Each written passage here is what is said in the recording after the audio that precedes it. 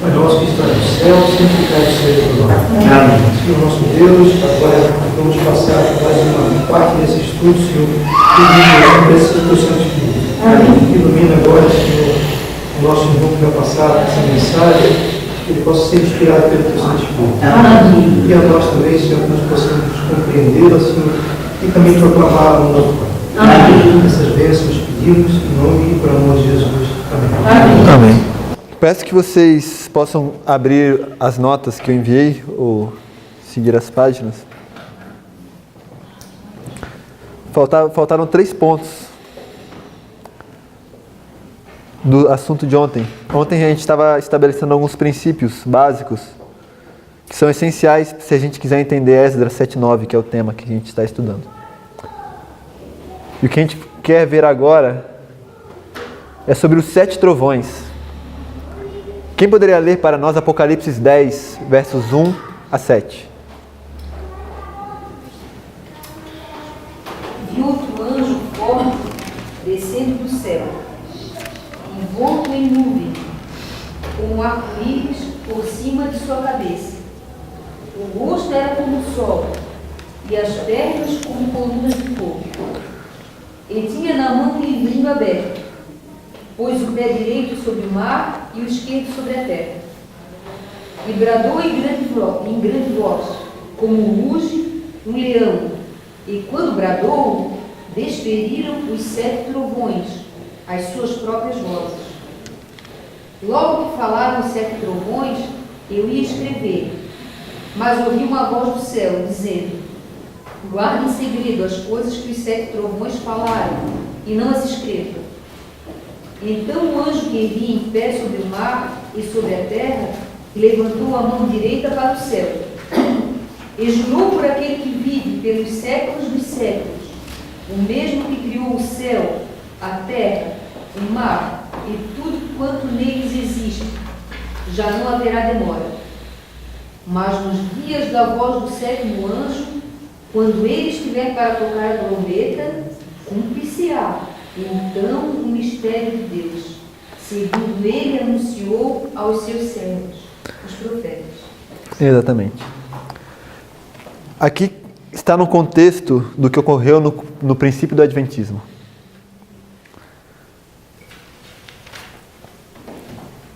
Fala sobre um anjo descendo, ele tem um pé sobre a terra, outro sobre o mar. Ele fala algo, e ao falar, isso é selado na forma de 7 trovões. E aqui termina a narrativa sobre esses 7 trovões. Se não fossem os escritos de Ellen White, a gente teria muito pouca informação sobre isso. Então eu quero que a gente leia o texto que está em Cristo Triunfante CT, nos textos que eu enviei. Qual é a página? Na página 5? Na página 5. Obrigado, Lígia. Que começa com: depois de se haverem pronunciado os 7 trovões. Depois de se haverem pronunciado os 7 trovões, vem instrução a João, assim como a Daniel, a respeito do livrinho. Guarde em segredo as coisas que os 7 trovões falaram. Apocalipse 3:4. João viu o livrinho aberto. Então as profecias de Daniel têm seu devido lugar na primeira, segunda e terceira mensagens angélicas a serem dadas ao mundo. A abertura do livrinho foi a mensagem relacionada com o tempo. Os livros de Daniel e Apocalipse são um é a profecia, o outro a revelação. Um é o livro selado, o outro o livro aberto. A luz especial dada a João, expressa nos 7 trovões, foi a descrição dos eventos que ocorreriam sob a primeira e segunda mensagens angélicas. A primeira e segunda mensagens angélicas deviam ser proclamadas, mas nenhuma luz adicional foi revelada antes que essas mensagens tivessem realizado sua obra específica. Continua? Está bem até aí. Muito obrigado, Lígia. Então, certo, você leu 2 parágrafos. O primeiro ponto que eu quero chamar a atenção é de que foi dada uma ordem a João semelhante a uma ordem que havia sido dada a quem? A Daniel.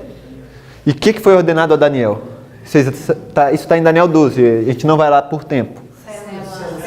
Célula. E ele seria aberto quando? Até o tempo do fim. Então, isso aqui seria o livro de Daniel e ele está selado. Mas chega um momento que ele se abre, certo? Quando é que ele se abre? No tempo do fim, que é 1798 aqui. De acordo com Daniel 12, é nessa data que o livro de Daniel se abre. E aí então há um aumento de conhecimento. Isso seria um aumento de conhecimento havendo com relação a essas profecias que foram abertas. Certo? Então, da mesma forma que o livro de Daniel foi selado, o que foi selado também? O que foi ordenado selar? As vozes dos 7 trovões. Isso aqui significa, é o meu símbolo para trovão, é como se fosse um trovão. Então aqui a gente tem o livro de Daniel, que é selado. E aqui a gente tem 7 trovões que são selados. Isso aqui João é que sela isso. E aqui é Daniel. A mensagem de Daniel que foi aberta era a mensagem com relação ao que, diz o texto? No final, na última parte em negrito, eu acho que diz. Deixa eu ler e faço melhor a pergunta. A abertura do livrinho. Exatamente. Então, João vê o livrinho aberto. Quando ele vê o livrinho aberto, então as profecias de Daniel têm o seu devido lugar na primeira, segunda e terceira mensagem angélicas. A abertura do livrinho foi a mensagem relacionada com o tempo. Então, o que eles entendem aqui é uma mensagem com relação a tempo. E é justamente isso que eles pregavam. Eles falaram, olha, baseado nas profecias de tempo, aqui, em 1844, é que terminavam 2520, 2300, Jesus vai voltar. O reino de Deus vai ser estabelecido. Então a mensagem de Daniel está relacionada com o tempo.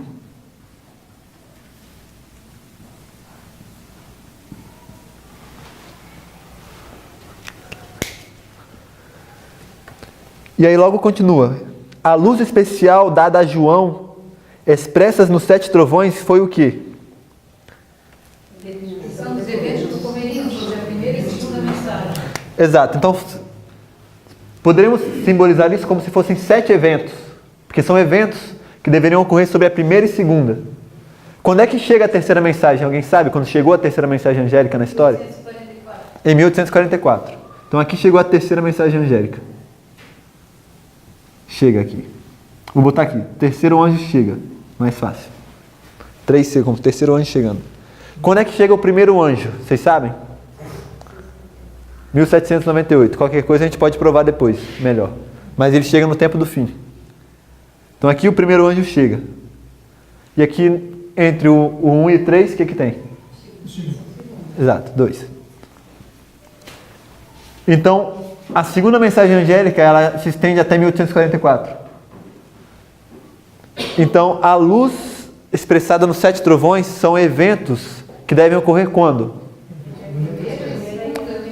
Exato. Então, eu vou colocar aqui de uma forma arbitrária. 1, 2, 3, 4, 5, 6, 7. Então, aqui seria como se fosse um trovão, outro trovão, outro trovão, outro trovão. E, por fim, o último. Serão 7 trovões. E eles têm que ocorrer entre a primeira e a segunda. Por isso que quando chega a terceira é o último trovão, porque é o fim da segunda. Ok. Pode continuar lendo alguém, por favor. Antes, é dito que essas 2 mensagens tinham que ser proclamadas, só que nenhuma luz tinha que ser revelada antes do fim delas. Por quê?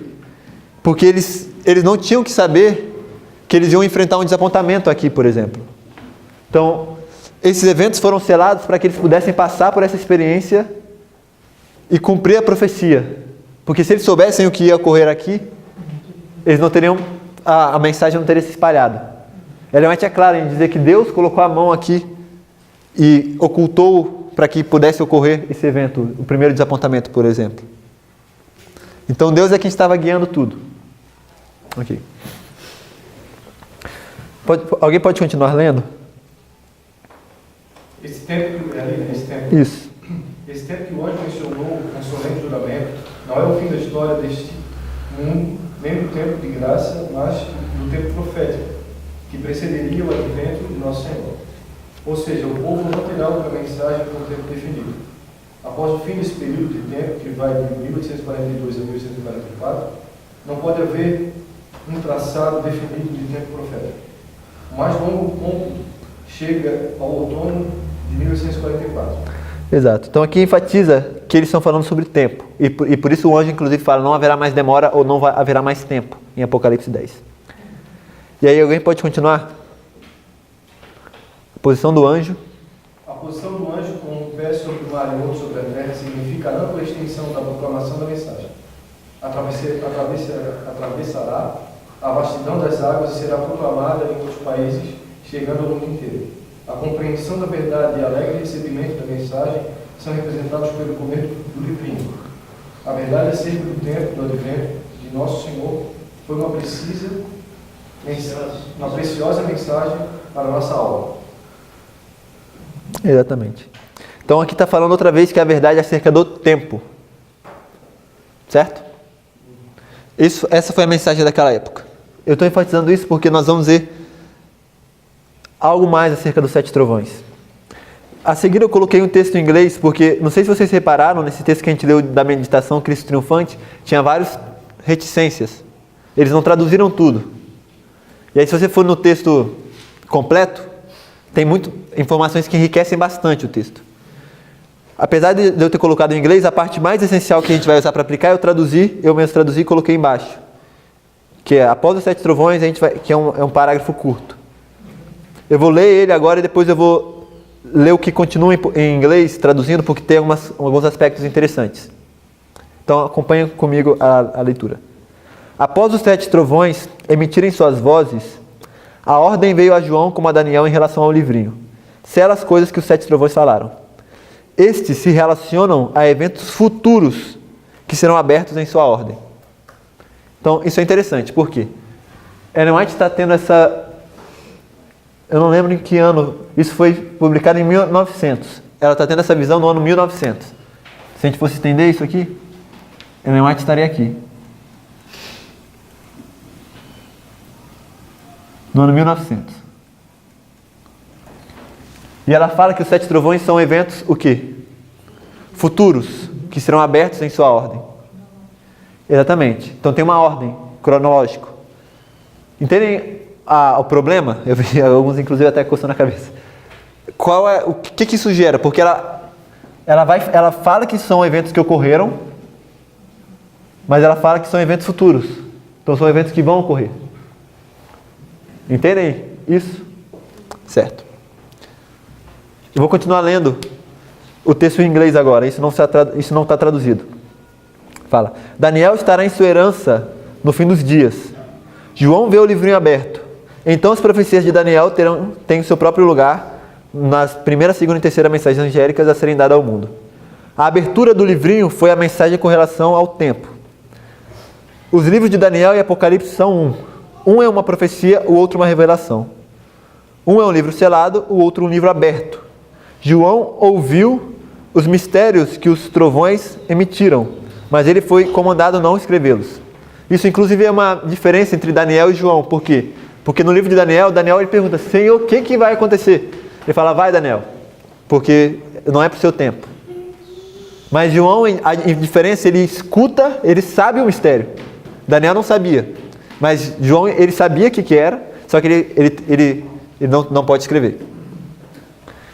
E aí continua: a luz especial dada a João, que foi expressa nos 7 trovões, foi uma delineação de eventos que deveriam ocorrer sobre a primeira e segunda mensagem angélicas. Não era melhor para o povo saber essas coisas, pois a sua fé necessariamente deveria ser testada. Então o texto claramente diz isso, que a fé deles deveria ser testada pela experiência da história adventista. Ok. Então os 7 trovões, eles são o quê? São eventos.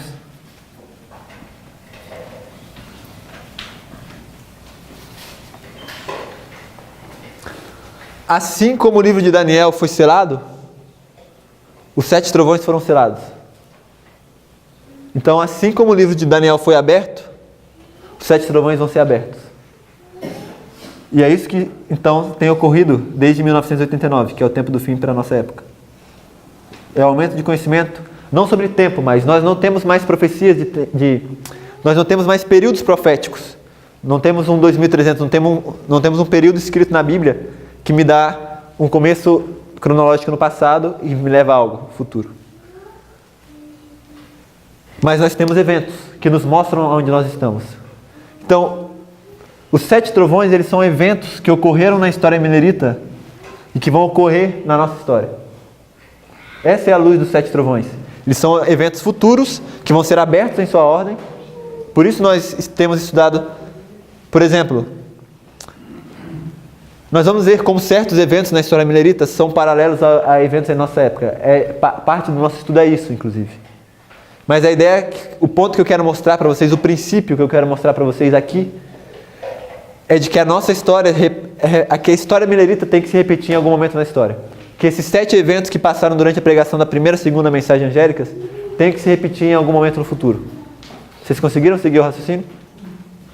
Porque os 7 trovões são eventos futuros que serão abertos em sua ordem. É isso que diz o texto. Aqui.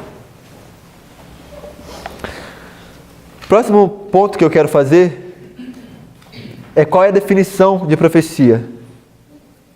A gente podia ler só eu vou ler desde o ponto em que tem um parágrafo, em que tem um negrito que fala: acontecimentos históricos mostrando o direto cumprimento da profecia foram expostos ao povo. É o próximo texto de Mensagens Escolhidas 2. E viu-se que a profecia, era um esboço figurado de acontecimentos conducentes ao encerramento da história terrestre. Esse texto em português ele é interessante porque ela fala que a profecia é um esboço figurado de acontecimentos que levam ao fim da história da Terra. Mas em inglês, ela utiliza outras palavras. Ela fala que a profecia foi vista a ser uma delineação de eventos que levam ao fim da história terrestre. Embaixo eu coloquei essa porção em inglês. Então, uma delineação, como é que eu faço para delinear algo? Eu coloco numa linha. Então, por isso a gente faz essas linhas. Porque a gente quer delinear esses eventos que foram encobertos para que estão sendo abertos agora nesse período de aumento de conhecimento. No período em que essa revelação feita a João está sendo aberta. Porque Deus não coloca coisas na Bíblia para que não sejam reveladas. Então esses 7 trovões que foram selados são para serem abertos agora. No tempo em que está se cumprindo o mistério de Deus, no período da 7ª trombeta. Onde a chuva serôdia está caindo para que nós possamos receber Cristo em nós.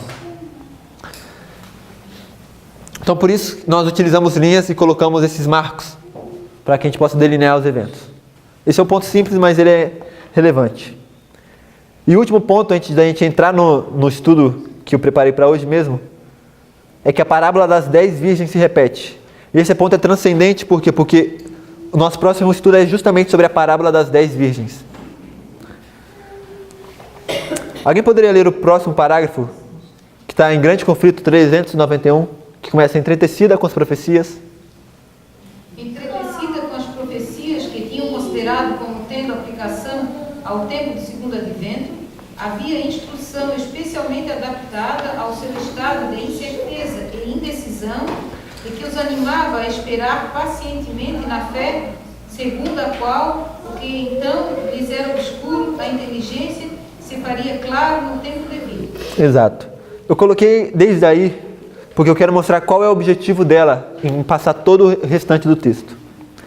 Então ela começa utilizando a palavra entretecido. O que quer dizer entretecido? Quer dizer que está intimamente conectado. Então, intimamente conectado com as profecias que os adventistas tinham entendido que falava acerca do segundo advento, tinha instrução especialmente adaptada ao seu estado de incerteza. Por quê? Porque aqui o contexto do que ela está contando é o tempo de tardança. Então essas profecias falavam que eles deviam esperar pacientemente. Aí o próximo parágrafo, nós não vamos ler, comenta sobre Abacuque 2, onde tem o tempo de tardança. Estão entendendo que eles estão nesse tempo de tardança. O outro parágrafo fala sobre a produção desse diagrama, que fala também de um tempo de tardança. O outro parágrafo fala sobre Ezequiel 21, que a gente leu, que fala sobre o cumprimento de toda a visão, que também tem um tempo de tardança. E por fim, eu quero que leiamos o que começa com os que esperavam, se regozijaram.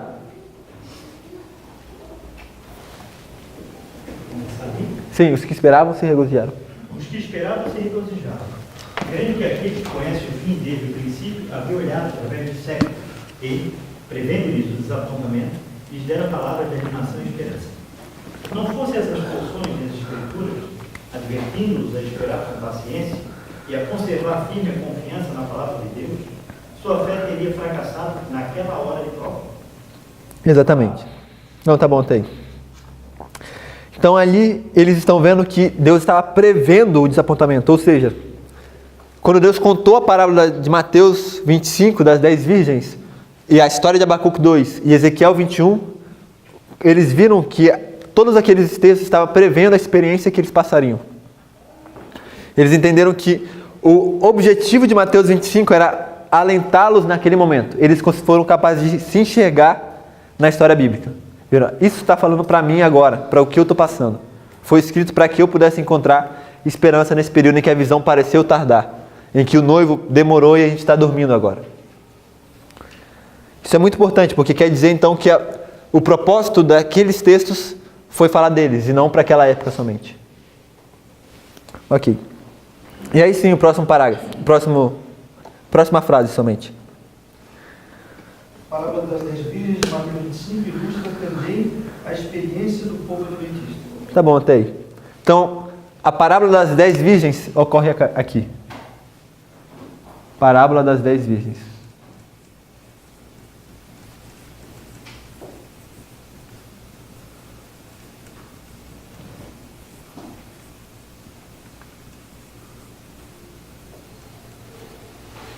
Porque essa é a experiência do povo adventista nesse período. Ela se cumpre aqui. O próximo, no final, a última parte, ele conta um pouco da parábola. E aí diz, aqui se faz referência à igreja que vive nos últimos dias. A mesma que é indicada no fim do capítulo 24. Sua experiência é ilustrada nessa parábola pelas cenas de um casamento oriental. Qual é a igreja que vive nos últimos dias? Nós. Então, exato, Laodiceia. Espero que não nós, então, nesse caso. Aqui se faz referência à igreja que vive nos últimos dias, a mesma que é indicada no fim do capítulo 24. Sua experiência é ilustrada nessa parábola pelas cenas de um casamento oriental. Então, ao mesmo tempo que falava para aquele tempo, esse texto não é tão claro, eu entendo que a Ellen White está falando daquele povo ainda. Mas ela também fala da igreja dos fins dos tempos. E o próximo texto ele está em inglês, eu vou traduzir somente a parte em negrito. Diz, com frequência sou referida à parábola das 10 virgens, 5 das quais eram sábias e 5 tolas. Essa parábola foi e será cumprida, não, tem sido e será cumprida ao pé da letra, pois tem uma especificação, uma aplicação específica, ou uma aplicação especial para esse tempo.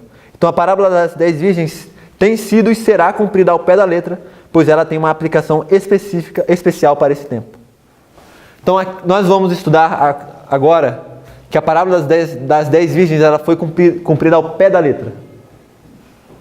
O que quer dizer ao pé da letra? Que tudo que foi escrito nessa parábola se cumpriu aqui. Mas ela também será cumprida ao pé da letra. E o que eu quero mostrar é que nesse período também estará se cumprindo a parábola das 10 virgens.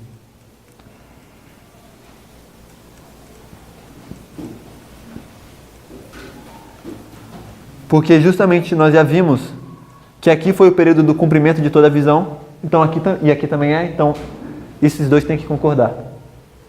Aqui são 7 trovões, aqui são 7 trovões, se aqui é a parábola das 10 virgens, aqui também tem que ser a parábola das 10 virgens.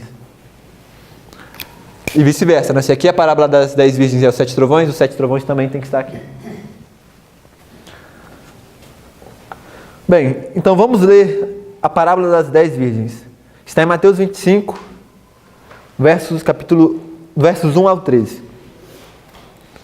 Vou apagar o quadro para que a gente possa...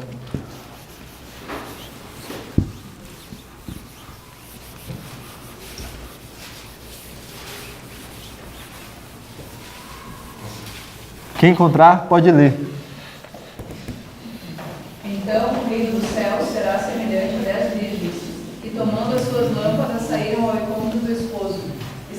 delas eram prudentes e 5 loucas. As loucas, tomando suas lâmpadas, não levaram azeite consigo, mas as prudentes levaram azeite em suas vasilhas com as suas lâmpadas. E tardando o esposo, tosquenejaram todas e adormeceram. Mas à meia-noite ouviu-se um clamor. Aí veio o esposo, sai ao encontro. Então todas aquelas virgens se levantaram e prepararam as suas lâmpadas. E as loucas disseram às prudentes: dai-nos do vosso azeite, porque as nossas lâmpadas se apagam. Mas as prudentes responderam, dizendo: não seja caso que nos falte a nós e a vós, e diante aos que o vendem e comprarem para vós. E tendo elas ido comprá-lo, chegou o esposo, e as que estavam preparadas entraram com ele para as bodas, e fechou-se a porta. E depois chegaram também as outras virgens, dizendo: Senhor, Senhor, abre-nos. E ele respondendo disse: em verdade vos digo que não vos conheço. Vigiai, pois, porque não sabeis o dia nem a hora em que o Filho do Homem há de vir. Exatamente. Algo interessante dessa parábola. Uma pergunta. Não, vamos avançar. É porque não é central ao ponto, então é melhor não nos desviarmos. O primeiro bloco que eu quero que examinemos é a saída das virgens para encontrar o noivo. Isso estaria dos versos, Mateus 25, dos versos 1 a 4, isso estaria. Alguém pode ler os próximos 2 parágrafos? Na parábola das 10 virgens, de Mateus 25, a experiência dos adventistas é ilustrada com os incidentes de um casamento oriental. Então o reino de Deus será semelhante a 10 virgens que, tomando as suas lâmpadas, saíram a encontrar-se com o noivo. Tardando o noivo, foram todas tomadas de sono e adormeceram. O movimento que se espalhou sob a proclamação da primeira mensagem correspondeu à saída das virgens. Enquanto a passagem do tempo de expectação, o desapontamento e a demora são representados pela tardança do noivo. Depois que o tempo definido passara, os verdadeiros crentes ainda estavam unidos na crença de que o fim de todas as coisas estava às portas. Mas logo tornou-se evidente que eles estavam perdendo, em alguma medida, seu zelo e devoção, e caindo no estado denotado na parábola pelo adormecimento das virgens durante o tempo de tardança. Exatamente. Então, qual mensagem representa a saída para encontrar o noivo? Primeira mensagem. Exatamente. Então, o movimento que ocorre sobre a mensagem do primeiro anjo representa a saída para encontrar o noivo.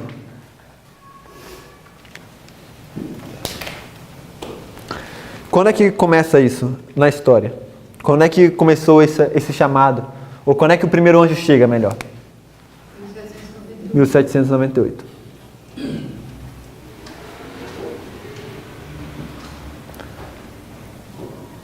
Então aqui é a chegada do primeiro anjo. Aqui. Logo vem uma tardança. Nós vamos... Quando é que é... O que representa a tardança? Esse parágrafo explica. Por este tempo começou a aparecer... Não. Antes, perdão. No mesmo que a gente leu, já tem uma parte que fala, são representados pela tardança. Ela já explica o que representa a tardança. Passagem do tempo de expectação. Exatamente. Exato. A passagem do tempo e a expectação, o desapontamento e a demora. Então aqui, o primeiro desapontamento... O primeiro desapontamento marca o tempo de tardança.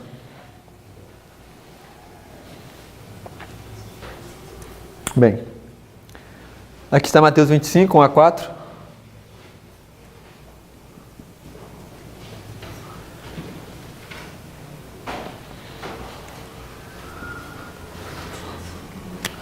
Agora sim, pode continuar lendo, por favor. Por este tempo começou a aparecer o fanatismo. Alguns que haviam professado ser zelosos crentes na mensagem rejeitaram a palavra de Deus como único guia infalível e, pretendendo ser guiados pelo Espírito, entregaram-se ao governo de seus próprios sentimentos, impressões e imaginações. Alguns houve que manifestaram um zelo cego e fanático, denunciando a todos os que não lhe convencional proceder. Suas ideias e atos fanáticos não encontraram simpatia da grande corporação de adventistas. Serviram, no entanto, para acarretar o próprio a causa da verdade. Então, no tempo de tardança, começa a aparecer o fanatismo. Foi o que eu coloquei ali, fanatismo entra durante aquele período. E eu coloquei restrito esse período, porque no próximo texto, no próximo parágrafo, ela vai explicar que foi justamente somente nesse período. Se alguém puder ler. A pregação da primeira mensagem em 1843, o clamor da meia-noite em 1844, iria diretamente a reprimir o fanatismo e a dissensão. Os que participaram desses solenes movimentos estavam em harmonia. Seus corações estavam cheios de amor, uns para com os outros e para com Jesus, a quem logo esperavam contemplar. Uma só fé, uma só bendita esperança, ergueu-os acima do controle de qualquer influência humana e provou ser um escudo contra os assaltos de Satanás. Exatamente. Então, justamente nesse período, a mensagem do primeiro anjo não teve, depois do clamor da meia-noite também não teve fanatismo. Reprimia o fanatismo, eles eram unificados aqui. Mas aqui entrou o fanatismo. Isso vai ser mais relevante depois, mas faz parte do significado da parábola. O próximo texto vai falar sobre o clamor. Alguém poderia ler só o segundo parágrafo? No verão, o primeiro comenta os versos 5 a 7, né? No verão de 1844, os adventistas descobriram o engano de sua anterior contagem nos períodos proféticos e chegaram a uma posição correta. Exato. Então aqui, o que eles entendem é a data correta. E a princípio eu vou colocar apenas verão de 1844. Depois nós vamos ser mais precisos.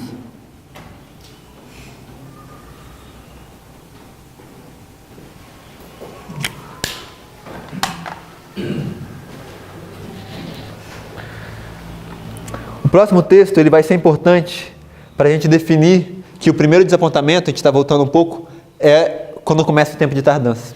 E que no primeiro desapontamento é a chegada do segundo anjo. Porque aqui a gente tem o primeiro anjo, e o que a gente vai colocar aqui agora é que aqui está o segundo anjo, no desapontamento. Alguém pode ler? Outro poderoso anjo foi comissionado. Outro poderoso anjo foi comissionado para descer à terra. Jesus pôs em suas mãos o escrito, e ele desceu à terra e clamou: Caiu, caiu a grande Babilônia. Então vi os que sofreram o desapontamento levantarem de novo os olhos para o céu, aguardando com fé e esperança o aparecimento do seu Senhor. Muitos, porém, pareciam permanecer no estado de estupor, como que adormecidos. Contudo, pude ver sinal de profunda tristeza em seu semblante. Os desapontados viram pelas Escrituras que estavam no tempo de espera e que precisavam pacientemente aguardar o cumprimento da visão. A mesma evidência que os levara a aguardar o seu Senhor em 1843, levava-os a esperá-lo em 1844. Entretanto, vi que a maioria não possuía aquela energia que assinalou a sua fé em 1843. O desapontamento havia descoroçoado sua fé. Exatamente. Então aqui, o segundo anjo ele desce para explicar. Vou colocar simplesmente segunda mensagem angélica. E aqui vou colocar segundo anjo chega. Aqui o primeiro anjo chega. Em 1798 o primeiro anjo chega. Aqui o segundo anjo chega. Certo? Faz com que eles vejam que eles estão no tempo de tardança. Ele vem para os desapontados, então é no primeiro desapontamento. O primeiro anjo é enviado para explicar-lhes isso. Vamos saltar o próximo parágrafo e vamos para a parte que diz: Jesus comissionou outros anjos, ainda no mesmo texto. Jesus comissionou outros anjos para que voassem rapidamente, a fim de reavivar e fortalecer a desalentada fé de seu povo e prepará-lo para compreender a mensagem do segundo anjo, do importante movimento a ocorrer do alto no céu. Vi esses anjos receberem de Jesus grande luz e poder e voarem rapidamente para a terra, a fim de cumprirem sua missão de ajudar o segundo anjo em sua obra. Uma grande luz brilhou sobre o povo de Deus ao clamar o anjo: eis o noivo, saí ao seu encontro.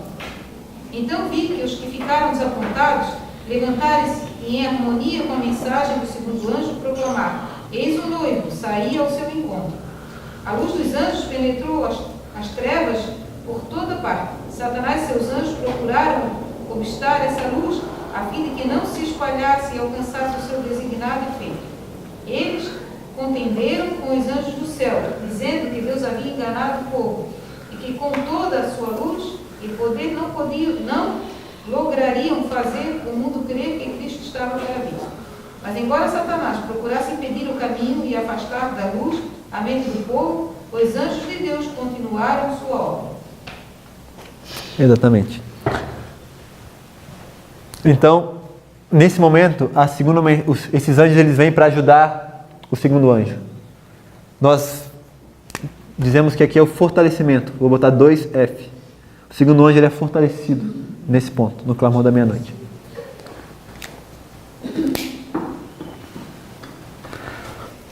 E por fim, uma porta se fecha.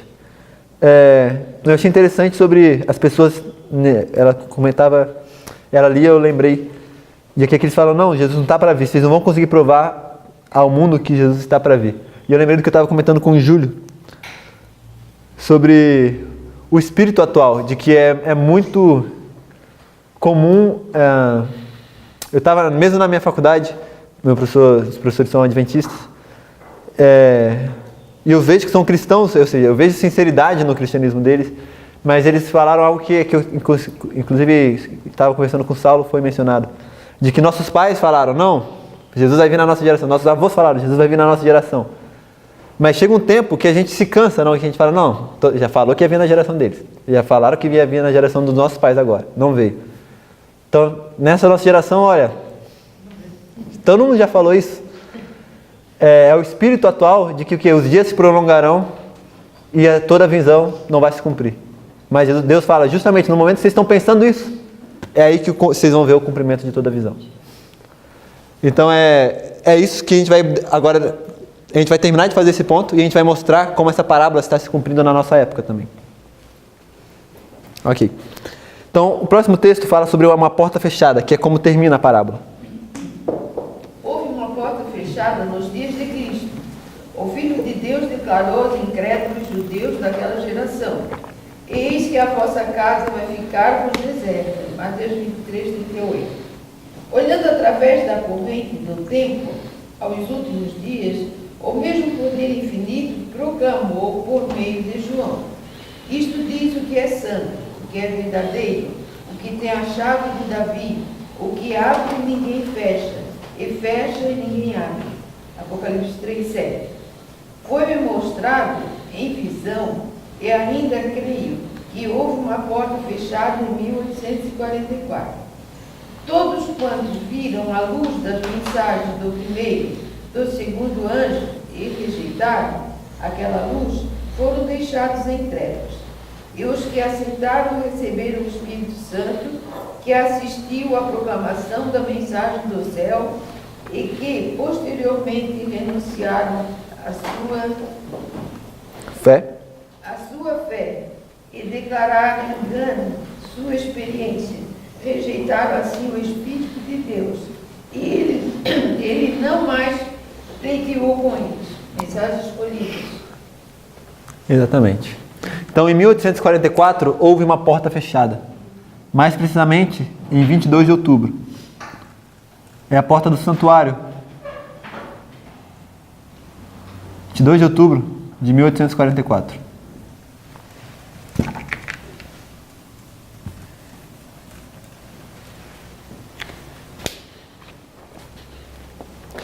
Então, espero que os irmãos consigam ver que a parábola das 10 virgens se cumpriu ao pé da letra nessa parábola. O ponto que eu ia falar, inclusive, era de que E no verso 13 fala, vocês não cuidais porque vocês não sabeis o dia nem a hora da vinda do esposo. Sendo preciso, o que estava sendo dito aqui, comentando essa parábola é, vocês não sabem o dia e a hora em que vai ser anunciada o dia e a hora da vinda do esposo. Por quê? Porque aqui o que foi anunciado era justamente o dia e a hora desse fechamento da porta da graça. E Deus não faz nada sem revelar aos seus servos, os profetas. E sabemos que Ellen White diz que no fim dos tempos, depois das pragas, Deus vai falar com voz de trovão e nos vai revelar o dia e a hora. Então, em algum momento, Deus vai revelar também para os seus filhos o dia e a hora. Certo. Como é que a parábola das 10 virgens se cumpre hoje na história do Adventismo? O primeiro ponto que eu quero colocar é que as 3 mensagens angélicas, elas se cumprem outra vez na nossa história. A Luísa já mencionou um pouco sobre isso. Eu acho que ela citou, inclusive, o texto que nós vamos ler. Mas isso é importante por quê? Porque as mensagens angélicas estão conectadas com a experiência da parábola. Entendem esse ponto? A primeira mensagem angélica está relacionada com o quê? Com a saída para encontrar o esposo. A segunda está relacionada com a tardança e com o fanatismo entrando. Fortalecimento da segunda com o clamor da meia-noite. E a terceira, isso aqui seria a chegada da terceira mensagem angélica, com o desapontamento, com a porta se fechando. Terceira mensagem angélica. Ok. Eu coloquei o texto em inglês e depois o texto traduzido, porque como é uma tradução nossa, não é uma tradução oficial, às vezes a pessoa prefere ler em inglês, então sempre que eu prefiro botar os dois, porque às vezes a pessoa lê em inglês. Mas podemos ler a de baixo, que diz, Deus deu as mensagens de Apocalipse 14. Deus deu as mensagens de Apocalipse 14 seu lugar na linha da profecia. A sua obra não deve cessar até o fim da história da Terra. As primeiras e segundas mensagens angélicas ainda são verdades para este tempo e devem correr em paralelo com esta que se segue. O terceiro anjo proclama sua advertência com grande voz. Depois destas coisas, diz João, vi outro anjo descer do céu que tinha grande poder e a terra foi iluminada com sua glória. Nesta iluminação, a luz de todas as 3 mensagens são combinadas. Exatamente. Então, o anjo de Apocalipse 18, ele combina a luz das 3 mensagens angélicas anteriores. Como nós podemos bem ver aqui, a primeira mensagem angélica não é somente uma mensagem, mas ela também é uma experiência. A parábola, ela trata da experiência mais do que do contexto do que está sendo pregado. Quando nós vemos a parábola, nós vemos a experiência que esse povo está passando. Nós não colocamos aqui o fortalecimento do primeiro anjo, mas o terceiro anjo, ele é fortalecido pelo anjo de Apocalipse 18. Ele mais te fala que ele vem dar poder ao terceiro anjo. A questão que eu preciso que vocês considerem é de que se isso é uma experiência, eu só posso passar pela experiência do fortalecimento da segunda se eu passei pela a experiência da chegada da segunda. Só posso ser beneficiado por um clamor depois que eu passei por essa experiência do desapontamento. Não sei se vocês estão me entendendo mais ou menos. Em Mensagens Escolhidas, não sei se é 1, 2 ou 3, mas é o capítulo 12. O nome do capítulo é Os 3 Anjos e o Outro Anjo. Ellen White comenta bastante sobre pessoas que creiam estar apresentando a mensagem do anjo de Apocalipse 18, mas na verdade não estavam. E ela fala, olha, o que vocês deveriam ter tido era uma experiência na primeira e segunda mensagens angélicas. Porque se vocês tivessem tido essa experiência na primeira e na segunda, vocês não seriam fáceis de se desviar. Então a primeira e a segunda mensagens angélicas não são somente mensagens, são uma experiência. Passar por elas é algo muito importante para que você possa entender tudo isso. É um conflito você ter que ser expulso da sua igreja aqui, que foi o que passou Ellen White na primeira mensagem angélica, por causa da sua fé. Ela ia lá dar testemunho da luz e do prazer que ela tinha de receber aquilo, e eles foram mandados embora. Ou da resistência, como é que a família ia ver todo esse processo. É uma experiência que trabalha em você e que te faz valorizar o que você está estudando e se aprofundar e estar firme nas suas convicções. Você tem que estar muito firme nas suas convicções para quando o mundo inteiro está te chamando de louco, você fala, não, Cristo está às portas de voltar. Então eles passaram por essas experiências, essas pessoas. Para que o terceiro anjo seja fortalecido, o que ele precisa fazer? Ele precisa ter um povo que passe por isso também. Ele precisa ensinar, olha, isso aqui é o primeiro anjo, isso aqui é o segundo, isso é o terceiro. E agora eu vou te dar o poder final do terceiro anjo. Não sei se vocês seguiram o raciocínio. Uma experiência pessoal. Exatamente, cada um precisa ter a sua experiência pessoal de passar pela primeira mensagem, pela segunda e pela terceira. Sim, então o que eu quero dizer é, quando o terceiro anjo desce para fortalecer o terceiro anjo, ele desce para fazer com que um povo passe por toda pela primeira, segunda e terceira e seja fortalecido.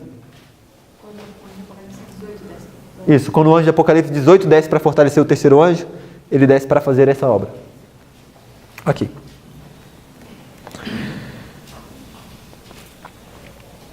Nós vamos ver que o anjo de Apocalipse 18, ele tem a característica do primeiro, do segundo e do terceiro anjo.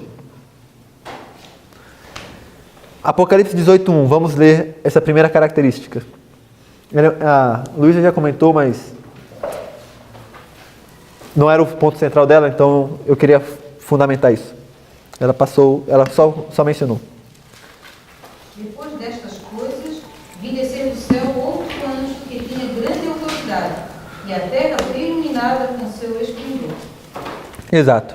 O que eu quero mostrar para vocês agora é que essa característica de iluminar o mundo com uma mensagem é uma característica do primeiro anjo, que ela está aparecendo no anjo de Apocalipse 18. Porque o texto que a gente leu antes de Ellen White falava que os três anjos, a luz dos três anjos está combinada no anjo de Apocalipse 18. Então a gente vai destrinchar o texto de Apocalipse 18 para que a gente consiga enxergar, aqui está o primeiro anjo em Apocalipse 18, aqui está o segundo anjo e aqui está o terceiro. Certo? Então a primeira é que é uma mensagem mundial. Toda a terra é iluminada com a glória desse anjo. Apocalipse 14:6 é dito o que acerca do primeiro anjo?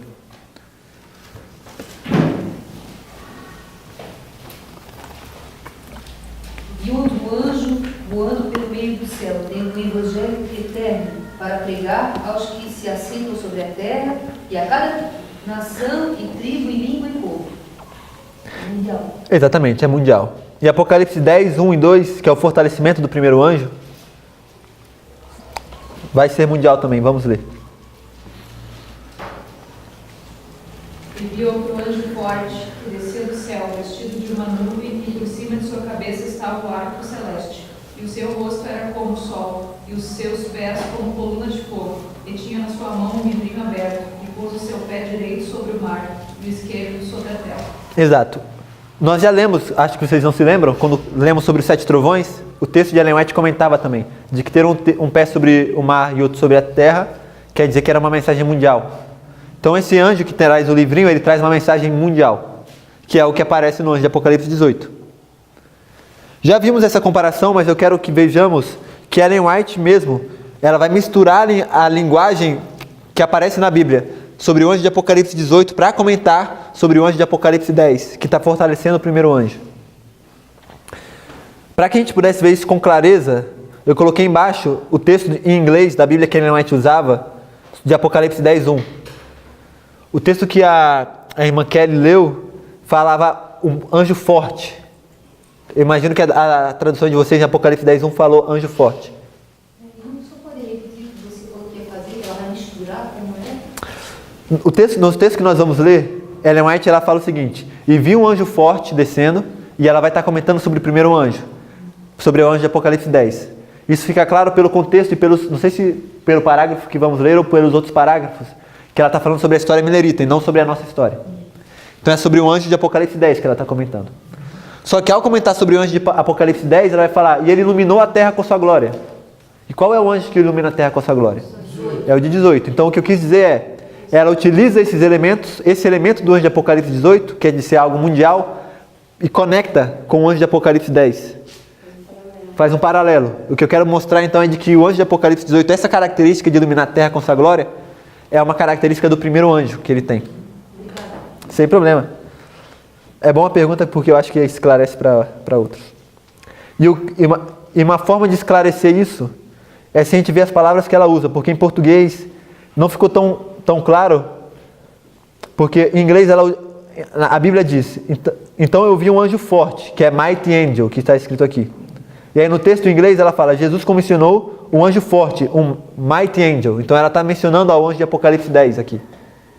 E aí ela fala a linguagem de Apocalipse 18 depois. Mas a gente vai ler em português a citação de primeiros escritos. Espero que vocês consigam me seguir nesse raciocínio, que eu não tenha perdido vocês. Foi-me mostrado o interesse que todo o céu havia tomado na obra em processamento na terra. Jesus comissionou um poderoso anjo para que descesse e advertisse os habitantes da terra de que se preparassem para seu segundo aparecimento. Ao deixar o anjo a presença de Jesus no céu, uma luz excessivamente brilhante e gloriosa ia diante dele. Foi-me dito que sua missão era iluminar a terra com a sua glória e advertir o homem com respeito à iminente ira de Deus. Exato. Parece que está falando para nós, inclusive. Mas esse Mighty Angel é o anjo de Apocalipse 10. E se fôssemos nesse único parágrafo, capaz não seria possível de ver que ela estava se referindo à história milerita, mas em todo o contexto ela estava falando de algo passado. Se continuássemos a ler, inclusive ela vai falar que muitos se uniram para resistir a esse poderoso anjo, mas outros a receberam e se afastaram do mundo. Então, em resumo, Apocalipse 10 tem um anjo forte com uma pregação mundial que ilumina a terra com a sua glória. Apocalipse 18 tem um anjo com grande poder que tem uma pregação mundial e que ilumina a terra com a sua glória. Ok? Então, essas são as características semelhantes. O próximo texto é mais evidente ainda. Não sei se a Luísa leu ou se ela vai ler, porque esse texto é muito usado nos estudos das trombetas. Que fala o anjo que se une na proclamação da mensagem do terceiro anjo. O anjo que se une na proclamação da mensagem do terceiro anjo deve iluminar a terra toda com a sua glória. Esse é o anjo de Apocalipse 18. Pode prosseguir, por favor. Previ-se com isto uma obra de extensão mundial e de extraordinário poder. O movimento adventista de 1840 a 1854 foi uma manifestação gloriosa do poder de Deus. A mensagem do primeiro anjo foi levada a todos os postos missionários do mundo. Em alguns países houve um maior interesse religioso que se tem testemunhado em qualquer nação desde a reforma do século XVI. Mas isto deve ser superado pelo poderoso movimento sobre a última advertência do terceiro anjo. Exatamente. Então se eu fosse colocar, não vou colocar, porque na parábola não descreve o fortalecimento do anjo do primeiro anjo. Eu, pelo menos, não sou capaz de enxergar. Seria aqui 1840, o anjo de Apocalipse 10 desce. E é o fortalecimento do primeiro anjo. Isso estaria paralelo, em algum momento, já sabemos, né, que é 11 de setembro de 2001, quando o anjo de Apocalipse 18 desce. E se cumprem as palavras dos versículos 1 a 3. Isso é o fortalecimento do primeiro anjo na nossa história. E ela mesma está fazendo essa comparação. Ela diz, olha, em 1840 a 1844, houve uma manifestação gloriosa do poder de Deus e a mensagem do primeiro anjo foi levada a todas as estações missionárias. Ou seja, foi algo mundial. Esse anjo de Apocalipse 18, ele desce para que essa mensagem possa ser proclamada ao redor de todo mundo. Isso está ocorrendo de fato, essa mensagem está ao redor de todo mundo. Então, o que eu queria mostrar é simplesmente que Ellen White conecta o primeiro anjo sendo fortalecido com o anjo de Apocalipse 18. Bem? Ok. Vamos ver o segundo anjo. Eu acho que ele é o mais fácil, não? De ver que é parecido. Apocalipse 18, 2.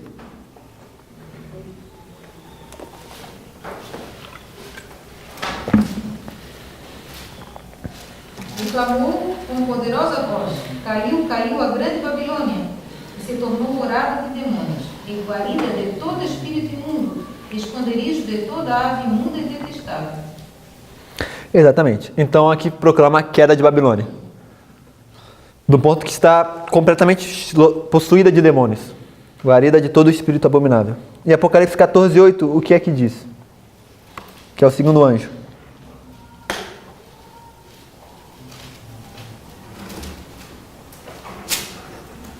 E o outro anjo seguiu dizendo: caiu, caiu beber do vinho da ira da sua fornicação. Exatamente. É a mesma mensagem, não? Então, o segundo anjo, ele repete essas características. Eu queria ver um pouco como o segundo anjo, ele ocorreu aqui, ele se cumpriu aqui e ele vai se cumprir aqui. Ok?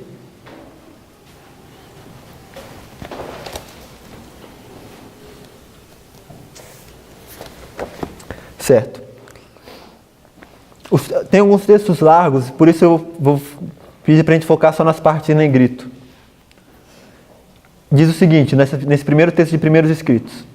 A mensagem da queda de Babilônia, conforme é dada pelo segundo anjo, é repetida com a menção adicional das corrupções que têm estado a entrar nas igrejas desde 1844. Ela está falando isso porque ela acabou de citar Apocalipse 18:2. Então, Apocalipse 18:2, ela menciona as corrupções adicionais que têm estado a entrar nas igrejas desde 1844. Por quê? Porque o primeiro desapontamento foi em 19 de abril de 1844. E aqui a segunda mensagem angélica chegou proclamando a queda do protestantismo, que os protestantes tinham caído e agora eram parte de Babilônia. Essa queda... Vou começar a montar isso aqui já.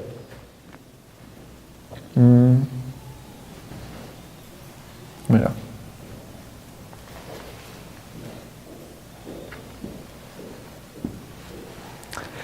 Nós vamos ver que essa queda é uma queda progressiva.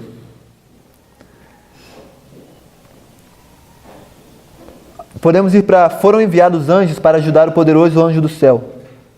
Isso lembra de vocês alguma coisa, inclusive? Nós já lemos hoje que o segundo anjo ele é fortalecido, não? E enviam vários anjos para ajudar. Poderíamos começar daí? Foram enviados anjos para ajudar o poderoso anjo do céu. Eu vi vozes que pareciam fazer ressoar em toda parte.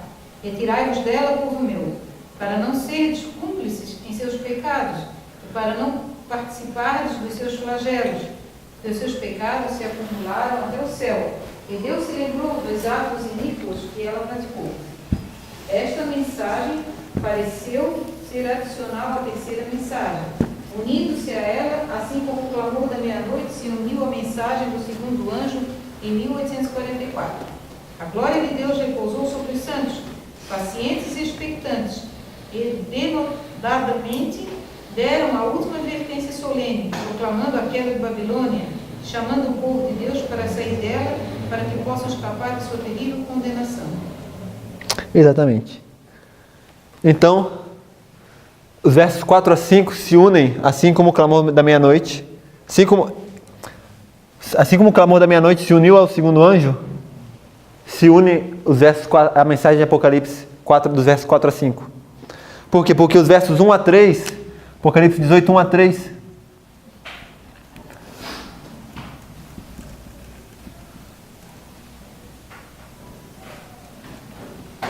Apocalipse 18, 4 a 5. Aqui, Luísa, inclusive o último texto, eu acho, o último ou penúltimo que ela leu, foi de que o decreto dominical estava relacionado com Apocalipse 18, 5, que falava que os seus pecados se acumularam até o céu. Era o texto de Maranata que eu mencionei. Então isso está aqui. Algo ocorre aqui que culmina com a obra que ocorre aqui. O que ocorre aqui é que existe uma queda progressiva que vai terminar aqui. Tá bom.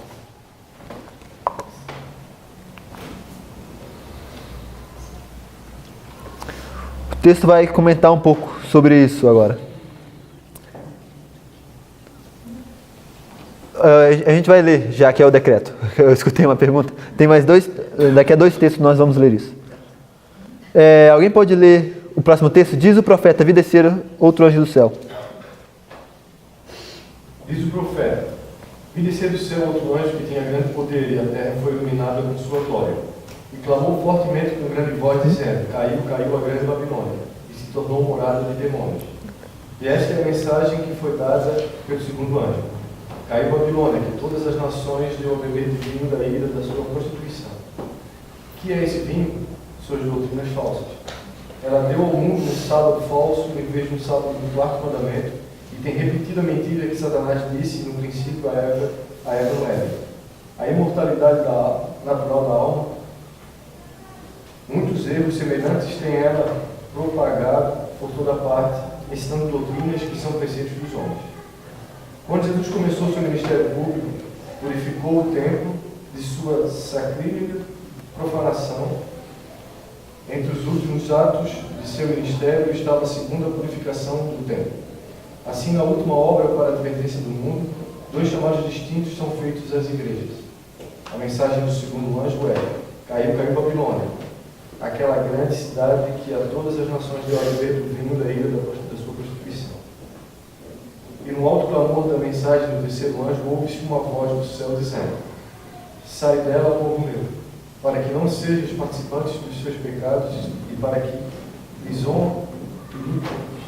e para que não incorras nas suas pragas, porque já os seus pecados se acumulam até o céu, e Deus se lembrou das iniquidades dela. Exato. Na segunda mensagem angélica aqui, Deus estava purificando o templo. Ele termina uma obra de purificação e ajunta um rebanho, que vão ser os adventistas.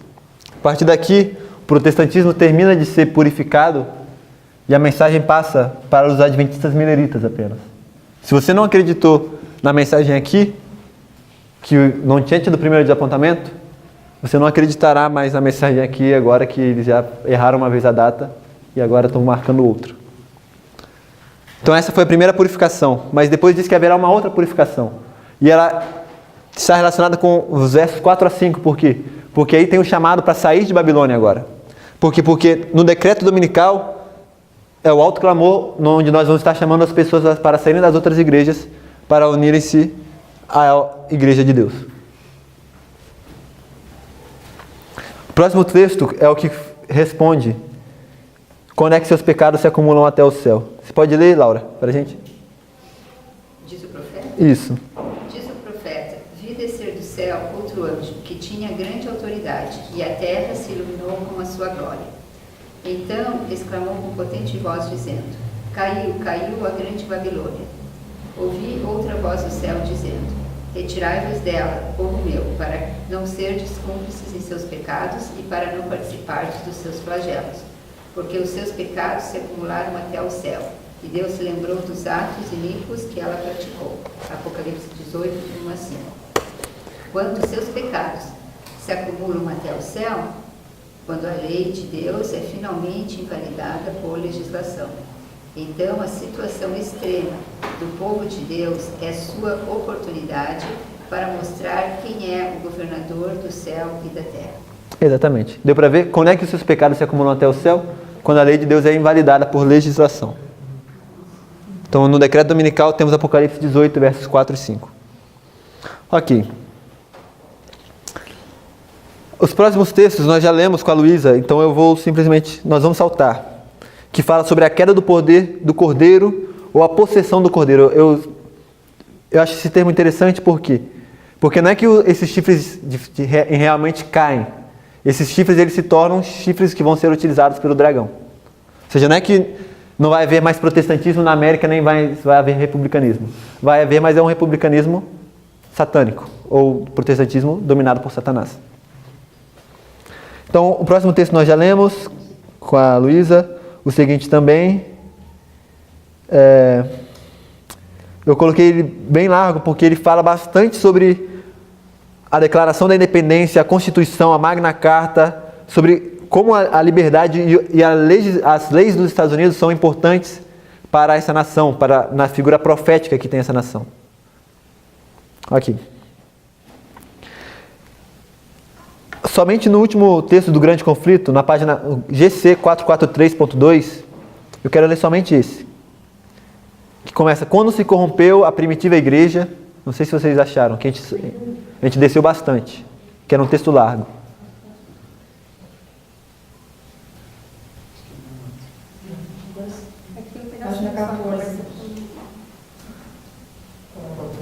Página 14? Estou feliz que a gente avançou bem. GC 443.2. Quando se corrompeu a primitiva igreja, afastando-se da simplicidade do Evangelho e aceitando ritos e costumes pagãos, perdeu o espírito e o poder de Deus. Para que pudesse governar a consciência do povo, procurou o apoio do poder secular. Isso resultou o papado, uma igreja que dirigia o poder do Estado, e o empregava para favorecer aos seus próprios fins, especialmente na punição da heresia, a fim de formar nos Estados Unidos uma imagem da besta. O poder religioso deve, a tal ponto, dirigir o governo civil, que a autoridade do Estado também seja empregada pela igreja para realizar os seus próprios fins. Exatamente. Então, quem que caiu primeiro aqui foi a igreja, é dito. A igreja se corrompe e ela então vai e corrompe o Estado. E aí, então, o Estado ele é utilizado para poder cumprir os propósitos da igreja. O próximo texto, ele coloca a queda do protestantismo como ocorrendo na história milerita. Como começando aí. Eu queria que a gente começasse, lesse esse próximo parágrafo. A mensagem do segundo anjo. A mensagem do segundo anjo de Apocalipse, capítulo 14, foi primeiramente pregada no verão de 1844 e teve naquele tempo uma aplicação mais direta às igrejas dos Estados Unidos, onde a advertência do juízo tinha sido mais amplamente proclamada e, em geral, rejeitada, e onde a decadência das igrejas mais rápida havia sido. A mensagem do segundo anjo, porém, não alcançou o completo cumprimento em 1844. As igrejas experimentaram, então, uma queda moral, em consequência de recusarem a luz da mensagem do advento, mas essa queda não foi completa. Continuando a rejeitar as verdades especiais para este tempo, elas têm caído mais e mais. Contudo, não se pode ainda dizer que caiu Babilônia, e que a todas as nações deu a beber do vinho da ira da sua prostituição. Ainda não deu de beber a todas as nações. O espírito de conformação com o mundo e de indiferença às probantes verdades para o nosso tempo existe e está a ganhar terreno nas igrejas de fé protestante, em todos os países da cristandade. E estas igrejas estão incluídas na solene e terrível denúncia do segundo anjo. Mas a obra da apostasia não atingiu ainda a culminância. Exatamente. Então esse texto claramente fala que o protestantismo ele começou a cair, principalmente nos Estados Unidos, na época da mensagem do segundo anjo, no verão de 1844. Então ele anuncia a queda dessas igrejas, mas fala que ela não culminou a sua queda. Eu já meio que me adiantei aqui, porque aqui a gente vai colocar o fechamento da porta da graça para o Adventismo, que é no decreto dominical, que é Apocalipse 18, versos 4 a 5. E esse texto nos vai mostrar que o tempo em que isso se cumpre não é aqui. A queda do protestantismo não está completa aqui, mas aqui. Aqui eu quero me referir a Apocalipse 18, 4 e 5. Vamos saltar o próximo parágrafo, apesar de que tenha coisas interessantes, vamos para o último, que fala: o capítulo 18 do Apocalipse indica o tempo, que é o que a gente quer saber, o tempo. Qual que é o tempo? O capítulo 18 do Apocalipse indica o tempo em que, como resultado da rejeição da tríplice mensagem do capítulo 14, de 6 a 12, a igreja terá atingido completamente a condição predita pelo segundo anjo. E o povo de Deus, ainda em Babilônia, será chamado a separar-se de sua comunhão. Esta mensagem é a última que será dada ao mundo e cumprirá sua obra. Quando os que não creem a verdade antes tiveram prazer na iniquidade, forem abandonados para que recebam a operação do erro e creiam a mentira, a luz da verdade brilhará, então, sobre todos os corações que se acham abertos para receber. E os filhos do Senhor que permanecem em Babilônia atenderão ao chamado: sai dela, povo meu. Exatamente. Então, quando é que eles são chamados a separar-se? É quando eles são chamados a sair. O tempo que diz que quando isso se cumpre é quando eles vão ser chamados a sair ou a separar-se. Então é aqui e não aqui que a queda de Babilônia está completa. Isso é interessante por quê? Porque esse anjo ele proclama uma queda de Babilônia também, não? E ele fala de apostasias que se uniram também. Mas qual foi essa apostasia? Nós vamos entender melhor a conquista da Terra Gloriosa, pois os Estados Unidos é a Terra Gloriosa profeticamente hoje, se nós entendermos como foi a primeira conquista da Terra Gloriosa, porque Deus revela o fim desde o princípio. Como é que foi a primeira conquista da Terra Gloriosa?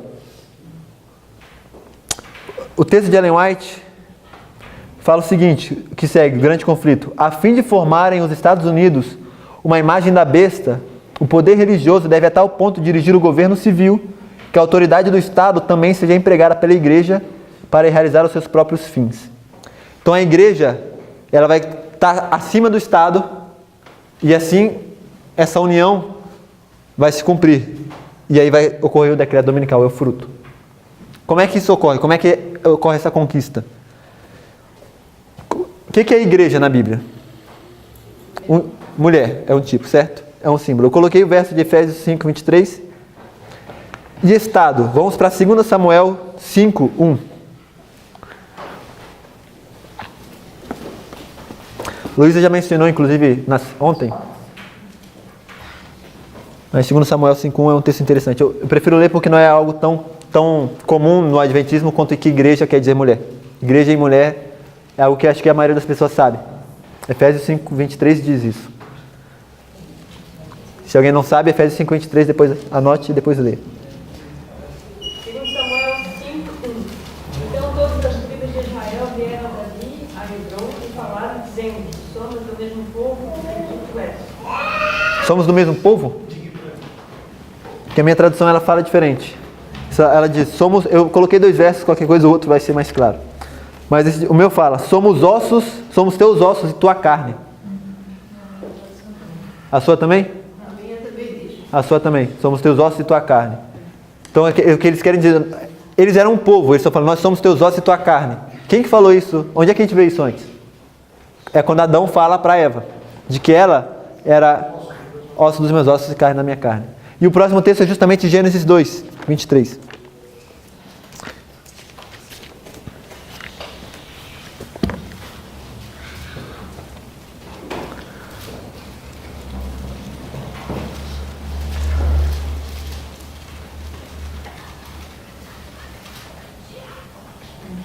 Disse o homem, este é agora osso dos meus ossos e carne da minha carne.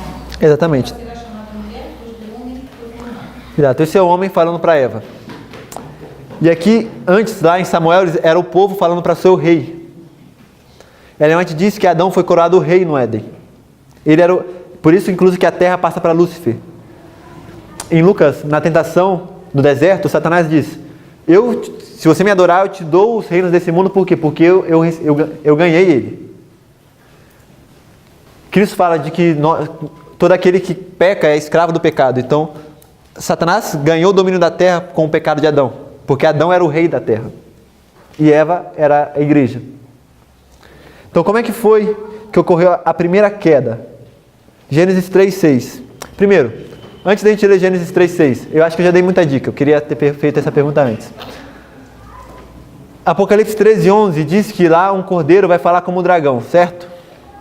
O que quer dizer falar como um dragão? Passar leis, autoridade, isso tudo está correto. Mas por que usou o símbolo? Porque falar, na verdade, falar quer dizer leis. A Ellen White falou que a fala de uma nação são os seus atos legislativos. Mas e por que como um dragão? Com engano, né? Com engano, exatamente. Muitas vezes a gente pensa que falar como um dragão é falar como? Cuspindo fogo. Isso é falar como um dragão. E as pessoas imaginam que o que vai acontecer aqui no decreto dominical, os Estados Unidos vai fazer uma lei que vai parecer para todo mundo, nossa, ele realmente é muito bravo e muito forte. Mas como é que o dragão falou pela primeira vez? Pareceu isso? Eles saíram correndo, todo mundo saiu correndo? Não, é a pior coisa do mundo. Ele vai nos destruir. Exatamente. Exatamente. Gênesis 3:6, o que diz? Antes da gente ir para Gênesis 3:6, verso 5, o que diz? Que Deus sabe que no dia em que comerem desse fruto, vossos olhos se abrirão e sereis como Deus, conhecendo o bem e o mal. Exatamente. Então o discurso do dragão é um discurso que diz, se você participar do que eu estou te oferecendo, você vai se tornar como Deus. Você vai ir para uma esfera melhor, vocês vão chegar numa nova era de paz, é o milênio na Terra, é o reino de Deus aqui na Terra agora. É isso que os Estados Unidos vai estar prometendo para as pessoas. Uma nova era de paz aqui. Então por isso que vai enganar multidões. É o mesmo engano ocorrendo agora, na nossa época. E aí como foi que Satanás fez para conquistar a terra gloriosa, a terra? Porque a terra era gloriosa antes, pela primeira vez. ele conquistou quem primeiro? A mulher. Então, primeiro, quem cai primeiro é o protestantismo. A igreja. A mulher. E aí depois que a mulher cai, o que ela faz?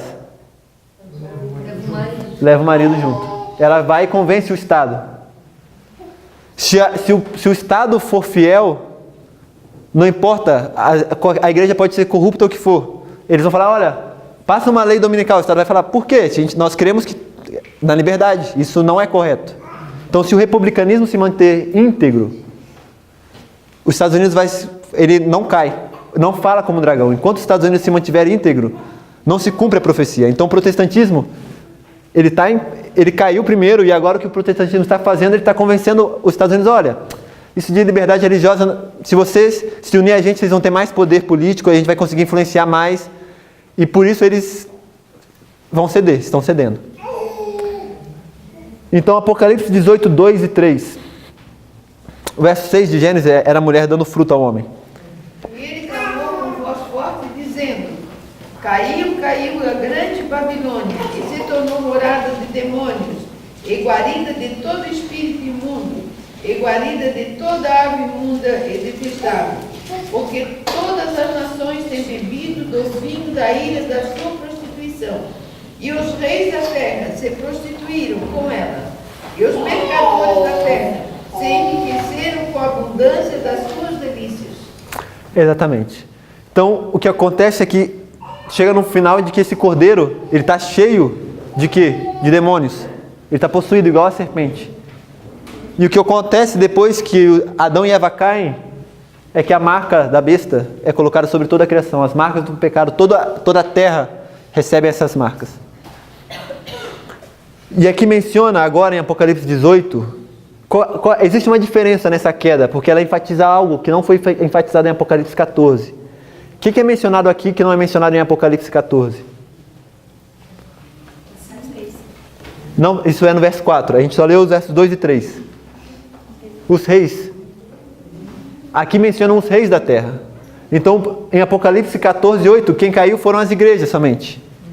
Mas agora, no segundo anjo aqui, quando o segundo anjo chega na nossa história, aqui vai ser a chegada do primeiro anjo, que é a chegada do segundo, e aqui é a chegada do terceiro.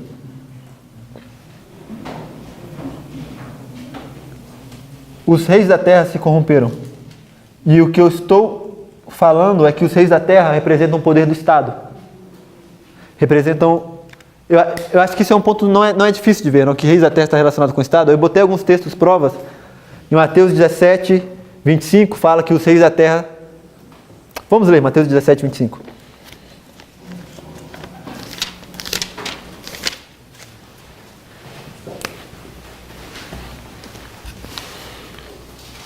Disse ele: Sim, ao entrar Pedro em casa, Jesus se lhe antecipou perguntando: Que te parece, Simão? E quem cobra os reis da terra imposto ou tributo? Os seus filhos ou companheiros? Exato. Então os reis da terra são pessoas que têm autoridade para cobrar tributos. Certo? Então, quem tem autoridade para cobrar tributo? Senão o Estado. Certo? Então os reis da terra são um símbolo do Estado. Atos 4, 25 também menciona isso.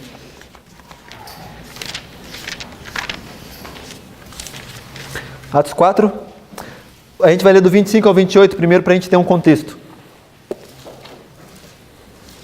Que disseste pela boca de Davi, teu servo, porque bramaram as gentes, os povos, pensaram coisas vãs, levantaram seus reis da terra, e os príncipes se ajuntaram a uma contra o Senhor e contra o seu ungido. Até 27. Isso, pode continuar. Porque verdadeiramente contra o teu santo filho Jesus, que tu ungiste, se ajuntaram, não só Herodes, mas Pôncio Pilatos, com os gentios e os povos de Israel. Exatamente. Então, tá bom até aí. Quem eram os reis da terra aqui, que ele disse? Primeiro ele cita Salmos 2, é o salmo que está sendo citado, e ele fala, os reis da terra, que esse é o salmo, se levantaram. E aí, Herodes e Pôncio Pilatos são esses reis da terra, que eram o poder do Estado. Bem? Ok. Então, eu coloquei o próximo texto, porque eu achei interessante que ele fala como isso ocorreu Então dá-nos poder para proclamarmos o teu nome com poder. Ou seja, como os reis da terra se uniram para invalidar a lei de Deus, dá-nos poder agora, que é o que ocorre. Porque quando o anjo de Apocalipse 18 que fala dessa queda desse poder, é o que traz também, da queda do poder republicano, é o que traz poder para pregar o evangelho. Eu achei interessante. Eu ainda não sei completamente o significado, mas está aí. Pode repetir, por favor? Eu achei interessante que nos versos 29, a gente não leu, fala: Senhor, olha agora para as suas ameaças e concede aos teus servos que anunciem a tua palavra com toda a coragem, enquanto estendes a mão para realizar curas, sinais e maravilhas por meio do nome do teu santo servo Jesus. Tendo eles orado, o lugar onde estavam reunidos tremeu, todos ficaram cheios do Espírito Santo e com coragem anunciavam a palavra de Deus. O que eu quero comentar é o seguinte: a queda do republicanismo começa aqui e termina aqui. Aqui, no decreto dominical, é o alto clamor, é o momento onde o Espírito Santo é derramado plenamente. Então, e aqui é o momento onde os reis da terra de fato se uniram. Aqui seria a crucificação de Jesus, poderemos colocar. E o que eles dizem? Então dê poder para que a gente possa pregar o teu poder, a tua mensagem. Ou seja, é um paralelo exato. É como se estivesse localizado aqui. Entende? Na repetição da história, é como se aqui eles estivessem falando: olha, aqui os reis da terra invalidaram completamente a lei de Deus. Dá-nos poder agora para pregar a mensagem. Na linha de Jesus. Na linha de Jesus. Algo me disse que a gente vai utilizar esse texto no futuro, inclusive, para orar. Mas aqui. Outro aspecto que diz... Certo. Primeiro, como que caiu o republicanismo aqui? A Luísa já mencionou, a gente não vai repetir. Sobre o ato patriota, por exemplo, que ele é anticonstitucional, ele tira as liberdades civis de pessoas. E o princípio do republicanismo é a liberdade civil. O fato dele ser anticonstitucional é muito relevante porque a gente viu que a Constituição é um elemento essencial do republicanismo nos Estados Unidos. E principalmente a liberdade religiosa. E a perseguição que começa em 11 de setembro, ou a perseguição, a luta contra o terrorismo, ela atacava muito pessoas por motivos religiosos. Eram os muçulmanos, mas já é uma perseguição que vai contra a república, porque surgem então provas religiosas para empregos, para cargos, e a religião não é tão tolerada mais nesse país, nascido para a tolerância religiosa, para ser um abrigo religioso. Certo. O próximo ponto era os mercadores da terra, que diz em Apocalipse 18, que diz os reis da terra e os mercadores da terra. Eu vou simplesmente mencionar, por tempo. Se vocês estudarem a mente por trás dos ataques e qual era a ideia, Osama Bin Laden, ele foi treinado pelos Estados Unidos para destruir a União Soviética. E a forma que ele foi treinado era para que eles fizessem ataques de tal forma que a União Soviética usasse todo o dinheiro deles naquilo e assim eles caíssem. Eu não separei porque... eu não coloquei nos textos, mas se vocês buscarem CNN e Osama Bin Laden ataque a economia dos Estados Unidos, vocês vão achar CNN em inglês. Se vocês buscarem notícias sobre isso, Osama Bin Laden falou com todas as palavras. O que a gente está querendo fazer é os Estados Unidos sangrar economicamente até o ponto deles se esvaírem. Por quê? Exato, porque igual eles fizeram com a União Soviética. Por quê? Porque a gente faz um ataque e a gente gasta 10 mil reais, 10 mil dólares para poder fazer um ataque terrorista. E eles gastam 10 milhões de dólares para tentar descobrir o terrorismo. E para poder aparecer bonitos na frente das... Não, nós estamos lutando contra o terrorismo e investem milhões. Então, a ideia do ataque é destruir a economia dos Estados Unidos. Por isso que os mercadores da terra são prejudicados aqui por causa disso. Existe um problema econômico que emana dessa crise. Então, a profecia de Apocalipse 18, o que eu estou querendo mostrar simplesmente é que Apocalipse 18, 1 a 3 se cumpre ao pé da letra aqui. Os reis da terra caem. O poder republicano dos Estados Unidos começa profeticamente a cair aqui. E a fazer leis contra a sua própria Constituição. Que é o que vai acontecer aqui no decreto dominical. É quando tudo isso culmina. Os mercadores da terra começam a se desesperar e vão vir crises financeiras. E os Estados Unidos começam a perder dinheiro por causa disso. Eu coloquei alguns textos, inclusive, que comentam isso aqui sobre o problema financeiro. Mas vamos descer vários textos. Sobre a queda do republicanismo ainda, eu coloquei um texto de Benjamin Franklin, que foi um dos que assinaram a Declaração de Direitos dos Estados Unidos. Ele fala o seguinte: aqueles que abrem mão da liberdade essencial para comprar uma pequena segurança temporal não merecem nem liberdade nem segurança. Isso foi o que estava acontecendo desde 11 de setembro nos Estados Unidos. Todos os americanos estavam escolhendo abrir mão da sua liberdade essencial para comprar uma pequena segurança temporal. A partir de então, os Estados Unidos podiam entrar na sua casa na hora que quisesse, podia fazer... Isso era uma das mentes por trás da declaração dos direitos dos Estados Unidos, a Bill of Rights. Interessante é que a Bill of Rights ela contém 10 pontos principais, igual aos 10 mandamentos, são 10. Por isso que é tão boa a Constituição dos Estados Unidos, porque os elementos que influenciam ela são pequenos, não é igual a do Brasil, que é algo que você nunca consegue decorar. Lá são só 10, igual aos 10 mandamentos. E justamente é o quarto que é quebrado. Ou seja, aqui, o que foi quebrado, começou a ser quebrado aqui, foi a quarta emenda da Bill of Rights, que fala o seguinte: proteção de busca, de vigilância policial sem nenhum motivo, irracional. Ou seja, você não tem como provar alguém, você não pode investigar alguém sem você ter um motivo. Que foi o que começou a acontecer nos Estados Unidos desde 11 de setembro. Eles começaram a investigar todos sem ter nenhum motivo.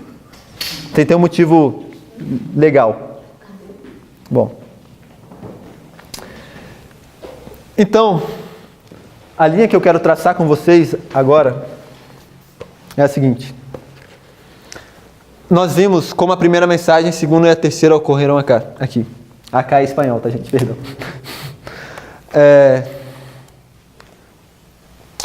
O tempo do fim marca a chegada do primeiro anjo. O tempo do fim em nossa história é 1989. 11 de setembro contém a chegada do segundo anjo. E ela nos leva à tardança. Nós vamos entender o que quer dizer a tardança aqui.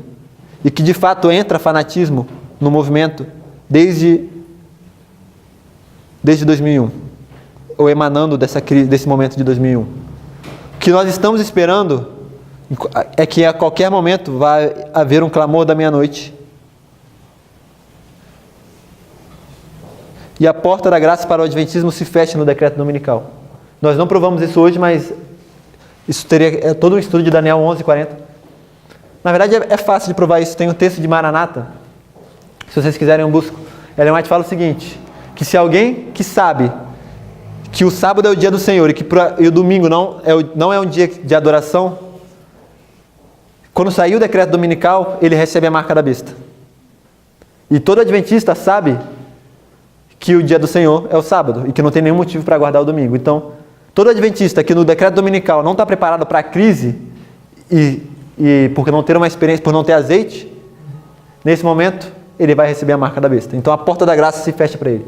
Esse é um texto muito rápido de provar esse ponto, que é o que eu quero mostrar aqui da porta se fechando.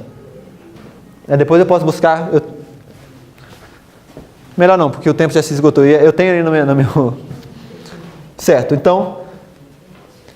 Essa estrutura, ela é muito importante, por quê? Porque ela vai nos ajudar a entender Esdras 7:9. Parece que o tema é Esdras 7:9 parece que a gente nem entrou muito nele.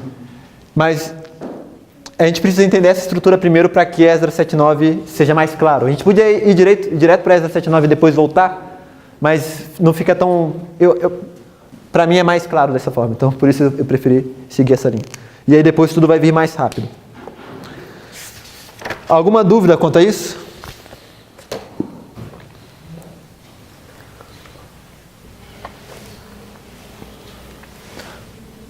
Nós ainda estamos esperando o clamor da meia-noite. Existem muitos detalhes e estudar Esdras 7:9 vai enriquecer muito mais essa estrutura aqui. Mas por enquanto está bom. Espero que vocês possam ver como a parábola também está se cumprindo na nossa época. Vai ficar mais claro ainda no futuro, com mais estudos. Oramos? Querido Pai que estás nos céus, muito obrigado porque hoje estivemos vendo tanta coisa, tantos elementos da Tua Palavra, que nós possamos crer na luz que o Senhor nos enviou, Pai, para nos alertar que os reis da terra se levantam e conspiram contra o Seu ungido, Pai. Mas que nós possamos ter fé de que eles jamais vencerão. De que o Senhor proclamou um decreto que nos diz que nós somos Teus filhos e que o Senhor nos ha gerado. Que nós possamos viver essa luz, nós possamos viver a luz do anjo glorioso, Pai, e assim termos Cristo em nós, a esperança de glória. Amém. Isso eu te peço no nome sagrado de Jesus Cristo. Amém.